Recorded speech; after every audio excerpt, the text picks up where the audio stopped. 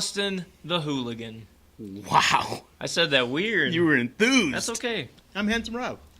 That was a little less than enthused. That's okay. Spoiler alert. This is the second time we filmed this. Tell them why, Rob. Okay. What happened was, I'm the audio guy. Uh-huh. I forgot to audio. Yeah. And by that I mean I didn't hit record. You have one job.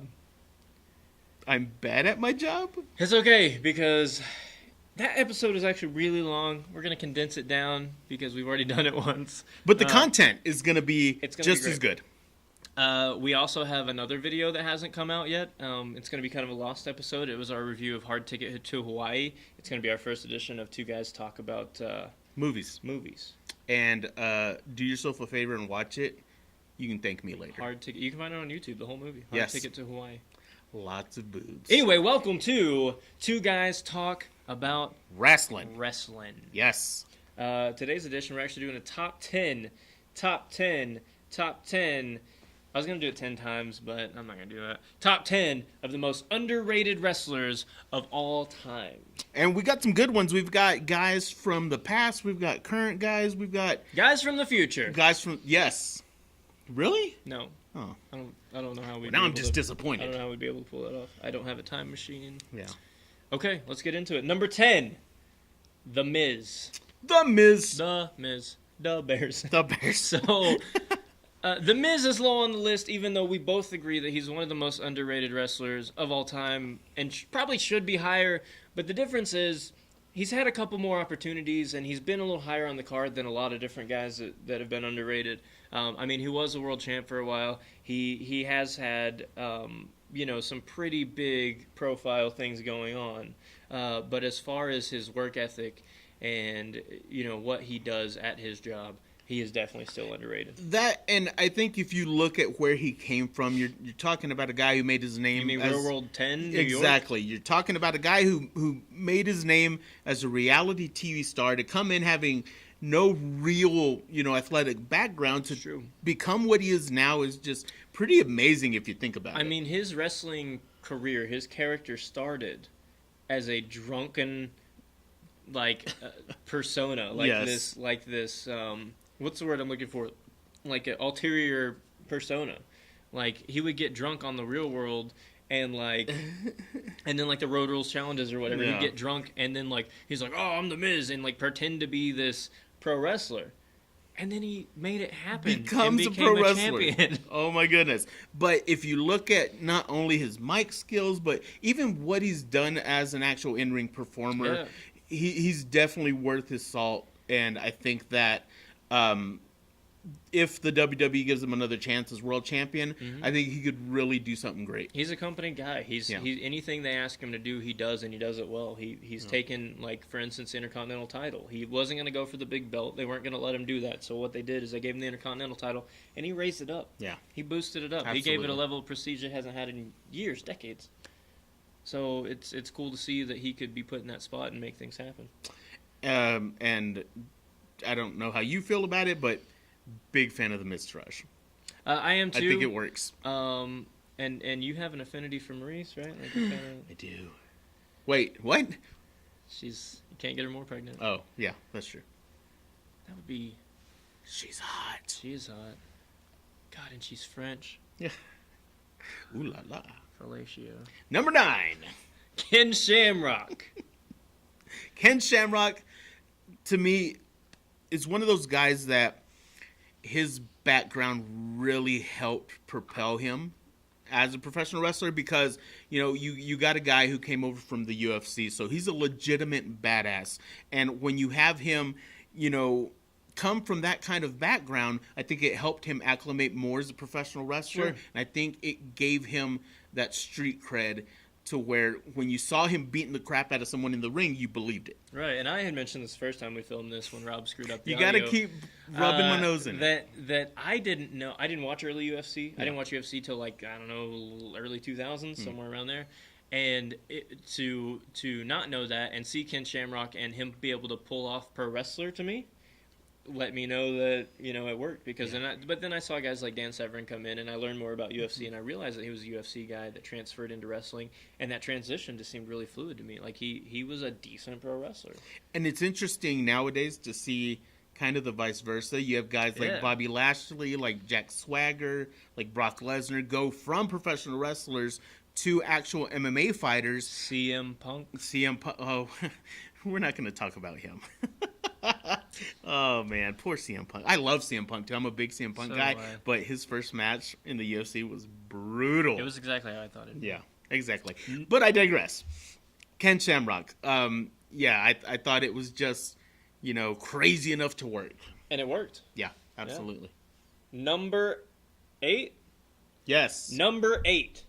Lance Storm. Okay, if I can just be serious for a moment. You're welcome. Lance Storm, and you know me, I have an affinity for just ring technicians. It's true. And that's what he was. Even with a rat tail, he could still work. That helped him work even better. It was like a balancing system. This is little. But Lance Storm was like a cheetah running through the savannah. One of those guys that, I think proved that you don't necessarily have to be a giant mouthpiece to be successful. He did it a lot solely on his skill, and he was great at what he did. Even the goofy stuff he did, it wasn't great, but it worked. It did. And it got him over. And when he was doing the serious stuff, like If I Could Be Serious for a Minute, that got so much heat. Like, as a heel, he got so much heat. Yeah. As a babyface, when they're doing the goofy stuff, he got so praised. Like, it worked for him, man. And it didn't.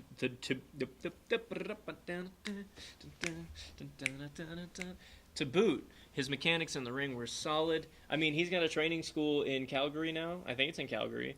That is pumping out kid after kid that's going in the business and doing big things. Like, he's a true testament to how good of a worker he was. Something about Canadians and creating super athletes. I don't know. It's weird. But Lance Storm. Except for football players. Yeah. That's where football players go to die. And Brock couldn't even make it in the CFL. Oh! Ayo! All right, number 7. Bam Bam Bigelow. Bam Bam Bigelow, to me, was the unicorn of the WWF in that he was this mystic creature. I keep thinking about the New Day. I know. You said unicorn, and I can't help but think about ice cream bars and bootios. Go on. You're throwing me off here. But he was different. He was one of those mythical big men that could actually fly. He moved like a cruiserweight, and super smooth. Insane to see a guy that size doing cartwheels and moonsaults and all this great stuff. I don't know. I lost my train of thought because I'm thinking bootios. But I think his persona just worked. You had this big crazy dude with fire head and. Oh my God! He had to be a legitimate tough guy if he's got head tattoos. I mean, his whole head. I thought it was hair at first. I didn't know. I thought it was hair or like marker. I didn't know. Sharpie. I never seen anybody with a head tattoo. I didn't even know you could do that when I first saw Bam Bam. And apparently, you can get your head tattooed and just to sit there and just get. Ugh. I have tattoos and I would never do that. No, not on my head. So WWE 2K18. One of my finishers on that game is Bam Bam's moonsault. The Bam Bam moonsault. Because I thought it was so great because it was like Terry's. It was like Vader's. Like, it wasn't pretty at all. Like, it was sort of an off-axis. I want that one. I want the dirty, grimy, squish-your-face moonsault. I don't want the pristine AJ Styles, Kurt Angle moonsault. F that. I want the dirty one. I want the one that gets I like those done. moonsaults where I'm sitting there wondering halfway through, is he going to die? Yeah, those are the best kind. Please don't die. Please don't die. Please don't die. All right, number 6. Billy Gunn. Down, no. Oh, you didn't know? Down, no. Your ass better call somebody. All right, so I didn't know we were actually doing it, but that's cool. That's great. I loved it. So the Ass Man himself, he was one of those guys that, was always known as a tag team guy. Like it Real or quick, hate can it. I give a quick shout out to Texas Tea for having the best blueberry green tea ever? If you guys live where we live, go here, get this tea. It's amazing. They're not paying me to say that. I'm just drinking it, and it's delicious, and made me think about it. And if you're not down with that, we got 2 words for you. But please don't sue us. Billy Gunn. Cease and desist. Yeah. So okay, I lost my. Take, Okay, so Billy Gunn wore a thong.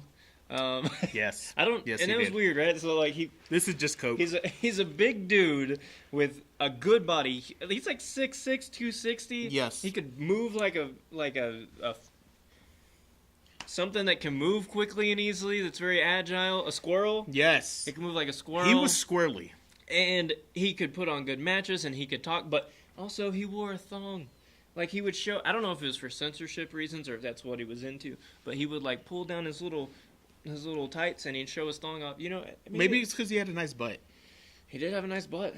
It's true. He was Mr. Ass for no reason. Yeah. He was a tag team guy, and then I didn't really pay attention to him till like '99. He won King of the Ring, and it really made me think like, oh, maybe he could do like a real singles run as a champion. He just never got that big push. He never got pushed into the main event level. And you had mentioned it earlier, on that recording that didn't record. The one you didn't get yes, the audio? where I forgot to do my job. I keep looking down at the recorder to make sure it's still working, and it is. But he's one of those guys that just doesn't seem to age. I mean, he looks the same now. I think he's 112. Yes, he's basically a vampire, Dorian Gray of some I did sort. a show with him about 4 years ago, and he looked exactly the same. He worked the same. He wasn't lazy. He was still doing his job, and he was a nice guy. And then he was on Wrestle Kingdom this last year in a Battle Royal and just worked his ass off and did his thing. And he just doesn't. He's still 45 or 48 or whatever. Every creator wrestler I've ever made always had the famouser as the finisher. Yeah? Yeah. I always thought that was such a cool move. It is a cool move. It was one of those moves you could pull off against anyone. Big guy, little guy, didn't matter. Yeah. Women, babies, all of them. Old people. Dogs. Yeah. Squirrels. He was squirrely. Yeah. Squirrely. Number 6. Just kidding. Number 5. Kurt Hennig. Yes, Mr. Perfect. Mr. Perfect in every way, almost. He is the reason that I still spit out my gum and attempt to swat it, and I never do it. He hit it every time. Every time. Every time. He was perfect. You were saying earlier about the vignettes. Those were my favorite things about. Don't get me wrong. What he could do in the ring was amazing. The perfect vignettes were the best. He would go into other people's sports. Very entertaining. And outsports them. Very entertaining. Yes. And as a mechanic, as like a utility player, being able to be put into any situation and just work and get it done, amazing. His in-ring skills were phenomenal as well. It was a shame that they never gave him a run with the big belt, but I mean, he did hold belts and he held them with, class and dignity and, cheating. But it was great. I mean, I'm a big fan. Yeah, he, once he got into WCW, there was kind of it was just like his sunset years. Yeah. He did the rap is crap thing. To me, that was entertaining then. I think it's dumb now, but it was kind of entertaining then. And he still did big things in WCW, but even in WCW, he still never reached that top tier level where he should have been. And I think that's why he went to WCW and it didn't happen. And then his life was cut short early. Yeah. Was cut short early. Is that it? Yeah. R.I.P. And had he been around, he would have been a great teacher. He would have been a great trainer. And I kind of wish he would have stayed. But who knows? He might have been still in the ring now. You never know. Number 4, Big E. That was a big E. Get it? Oh. Yeah. New Day Rocks. New Day Rocks. New Day Rocks. Big E. Now, we kind of debated a little bit about whether to add him or not because he's still relatively newer. I say newer in that, he's not old. But I think he's probably had the least out of anybody on the list. I know he's had the least amount of time in the business and in the WWE in general. Yeah, but he's one of those guys that I think it belongs on here because he's just scratching the surface of his potential. I think he's really come into his own with the New Day, and I think he's going to be even better when they break up. Not that they're breaking up. Don't go and tell all the Twitters. I think he will be the breakout star of the New Day. Like, absolutely. I think they'll all have their own spot, but I think Big E, if pushed correctly, could have that main event spotlight. And it's funny because like he fought a lot of battles to be where he's at in a kind of introspective way because he had like terrible stage fright and didn't want to do any of the silly stuff.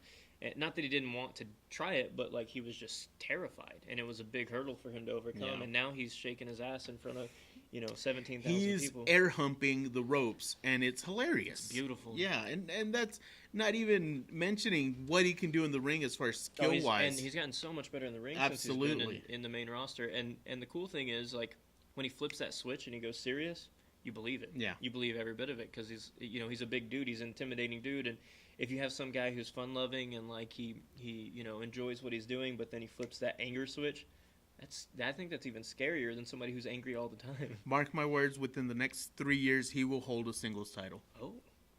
I'm calling it. Can I see your words? I need to mark them because that was pretty intense. Yeah. All right. Number 3. This is a twofer. The Rhodes Brothers. Yes! The Rhodes Brothers. Goldust and Cody Rhodes. Stardust and Dustin Rhodes. Yeah, 7. 7.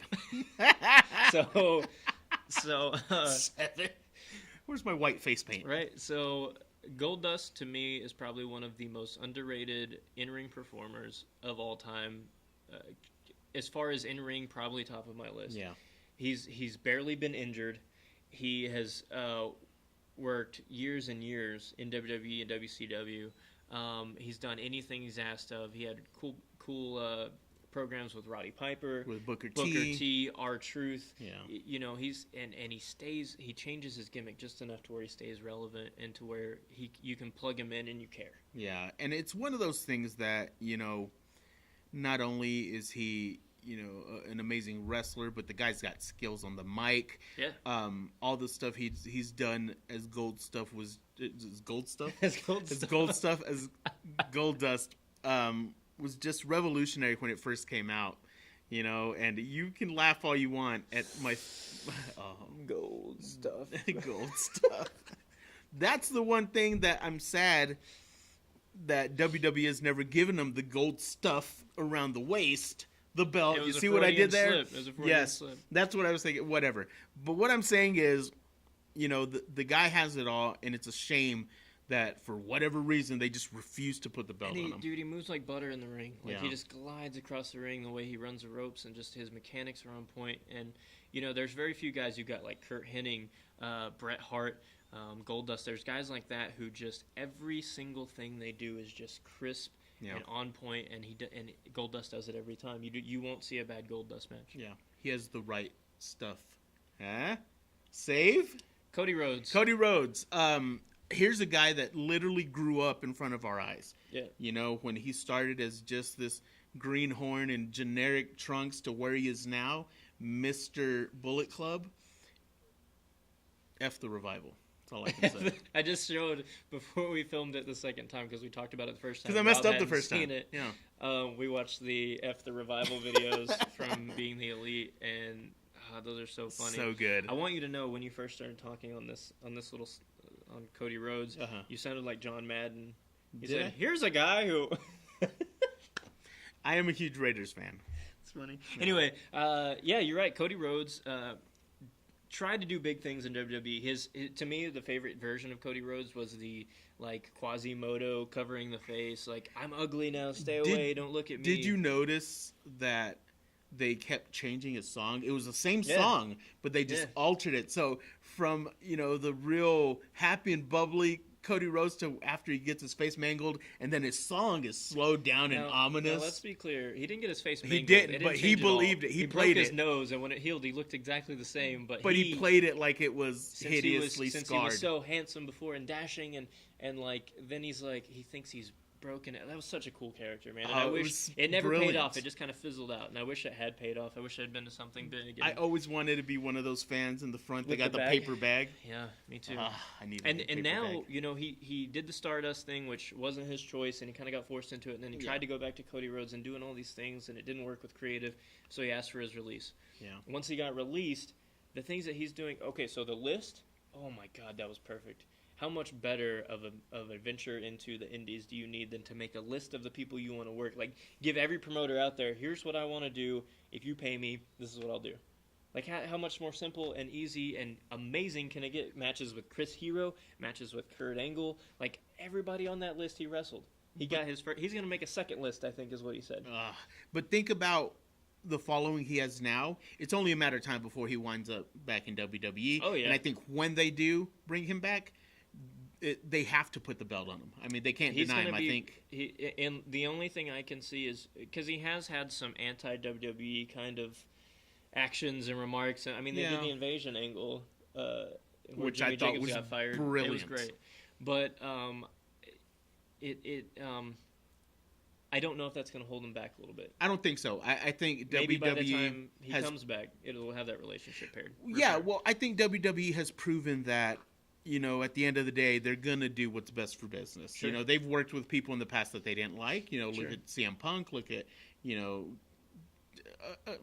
Warrior. I mean, they made a video about hell, how they shitty gave the man Warrior his was. own award. They, 15 years ago, they made a video about how shitty the Warrior was and how bad of a person he was and terrible to work with. It was called The Downfall of the Ultimate Warrior or whatever. And now they made a new video, a couple years before he passed away, and now he has an entire part of WWE named after him. Now his wife is shaking the ropes with cancer victims babies. and babies. She's shaking babies? Number two, Arn Anderson. Double A. Double A. You think? I don't know this. Do you think Austin Aries was such a Arn Anderson fan that he didn't want to be Double A, so he was A double? I think so. Yeah. I think it was a respect thing. I think so, and I too. think Arn Anderson deserves that respect. Oh, yeah. He was always my favorite horseman. For sure. I mean, You know why he was one of my favorites of all time? why? Because he looked like he could be my uncle. But then seeing him in the ring beating ass and talking shit, I'm glad my uncle didn't do that.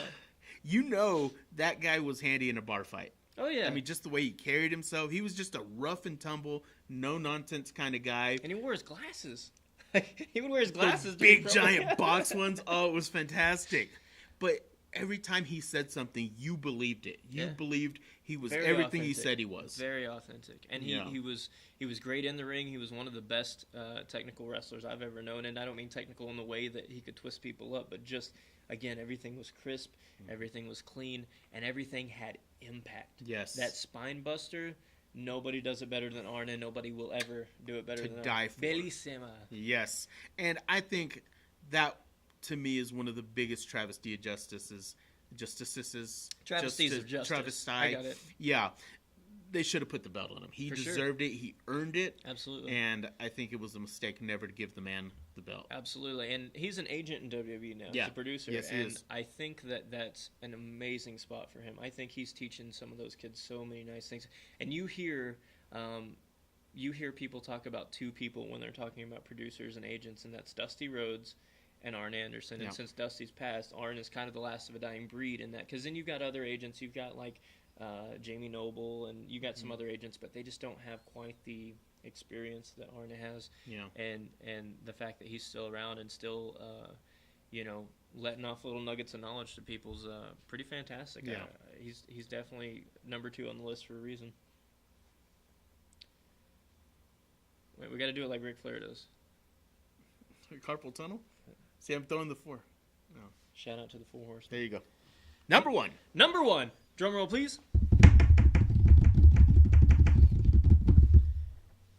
Dean Malenko. Dean effing Malenko, the man of 1,000 holds. I was gonna say if they thought I was gonna say like Dean Ambrose or something. Oh.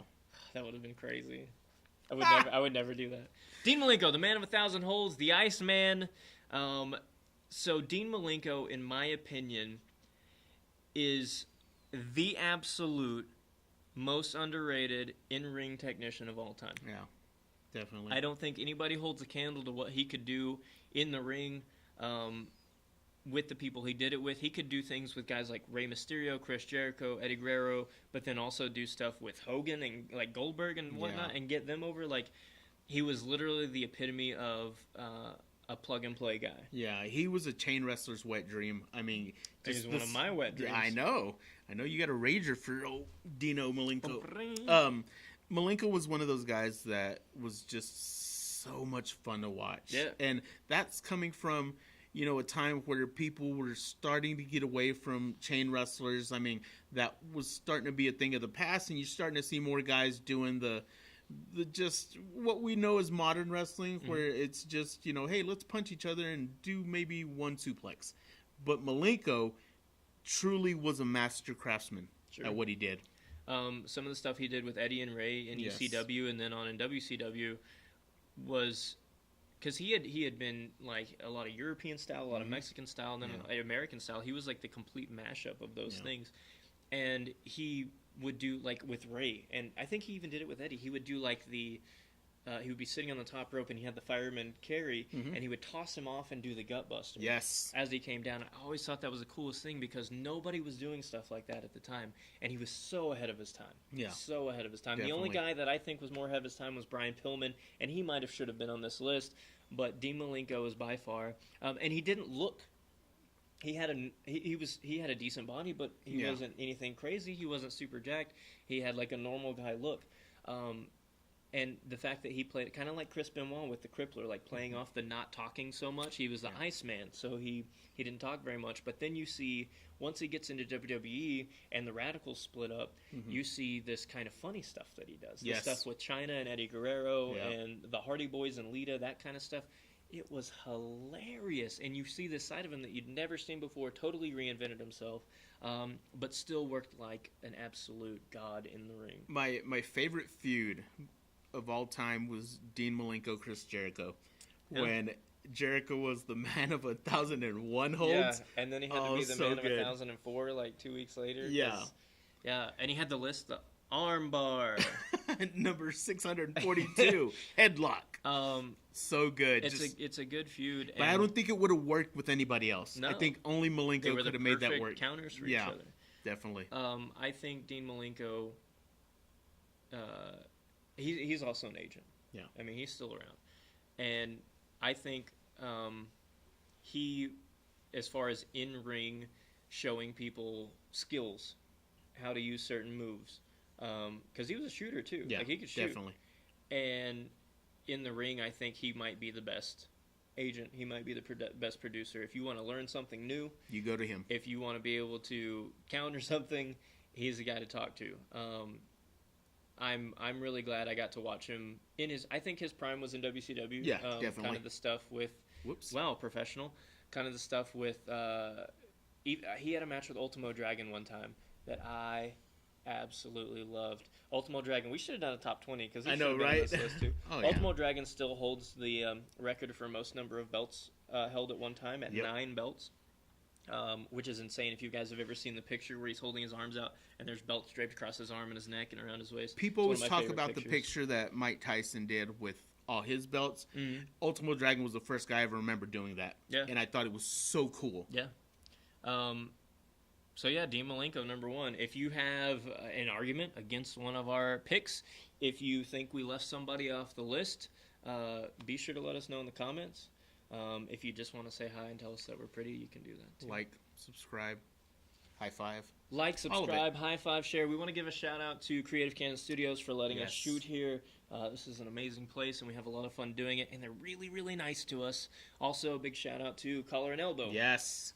If you go to Collar and Elbow's website and use the code Hooligan at checkout, you get a 10% discount. I'm not wearing my Black Friday shirt because I decided to be cartoony today with the Rick and Morty shirt. It works. And the Rocco's Modern Life hat. I like two of my favorite cartoons. You've got Detroit and I'm not Gas even Monkey. I'm not even a big Detroit fan. It's just my last name starts with a D. So Thought it was for Dick for not recording audio. Thanks for hanging out, guys. We'll see you next time.